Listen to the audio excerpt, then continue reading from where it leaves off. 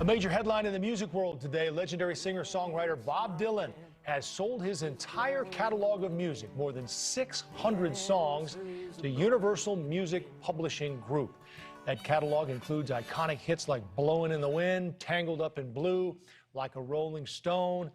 Joining us tonight to talk about what this means for the future of Dylan's music and also the industry as a whole is Jack Hamilton, Associate Professor of American Studies and Media Studies at the University of Virginia.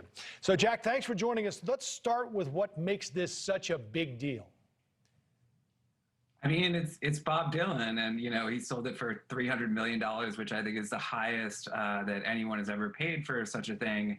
Certainly, Bob Dylan has one of the most valuable catalogs in really the history of recorded music. But certainly, Dylan, who's 79 years old, recently won the Nobel Prize in Literature, the first musician to ever capture that award. I mean, this is kind of a landmark both in his own career, but also just sort of the trajectory of the music industry, I would say, to see an artist of this stature sell his catalog for this amount of money is quite unprecedented. Well, you told me today that it's kind of rare for him to hold out as long as he did, right? Yeah, I mean, this is something. So Dylan has certainly been, particularly in recent years, has not been shy about licensing his music. He's certainly someone who, certain musicians are extremely protective of their kind of, rights and intellectual property. Dylan's been much more sort of cooperative in terms of licensing his work.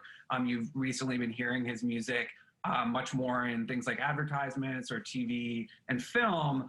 So he's certainly been a more sort of open person in terms of certain artists, again, are very protective of that.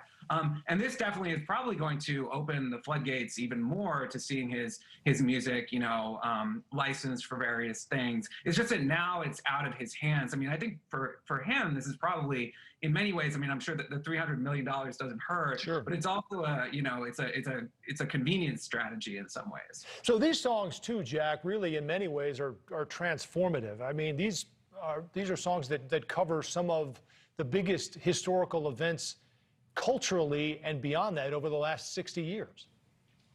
Yeah, I mean, Dylan, when he first started, was often hyped as kind of the quote-unquote voice of his generation, which he's always kind of, mocked and made fun of. But there's some truth to that. And it's certainly, it's a catalog that there's not a lot of, comparable catalogs with it, particularly post-World War II American popular music. I mean, in terms of sort of U.S. songwriters, there's very few people who are sort of at the level of Bob Dylan. And certainly, the social significance, just beyond the fact that so many of his songs have become sort of standards and touchstones, the fact that they're so, iconically associated with, a certain kind of historical moment or a set of kind of historical processes and things like that, I think does make his catalog quite unique. So what does this mean for his music in the future, Jack? And for Universal, which paid all of this money, how does it make money off of this moving forward?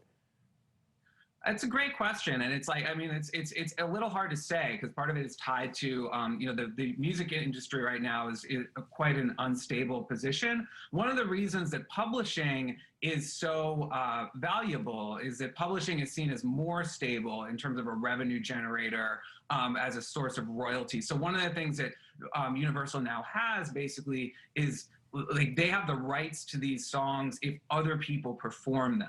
So this is something, so that not only do they have, they get a chunk of royalties whenever you hear Bob Dylan's version of, Blowin' in the Wind or Like a Rolling Stone or, insert whatever. But now when, Jimi Hendrix's version of All Along the Watchtower or, Peter, Paul, and Mary's version of Blowin' in the Wind is played, they also get, I mean, they would still be getting a chunk of that, or Dylan would, but like this is now, those publishing royalties are really, because what it means is that they own the composition. Mm-hmm. So any form that composition appears in, they get a substantial chunk of. And so that's very valuable. And certainly something that, even in the age of streaming and in the age of where the sort of economic revenues for music are sort of unsure and unstable, publishing is still fairly safe. I mean, we'll see, how that changes, going forward. But for the time being, it's very valuable.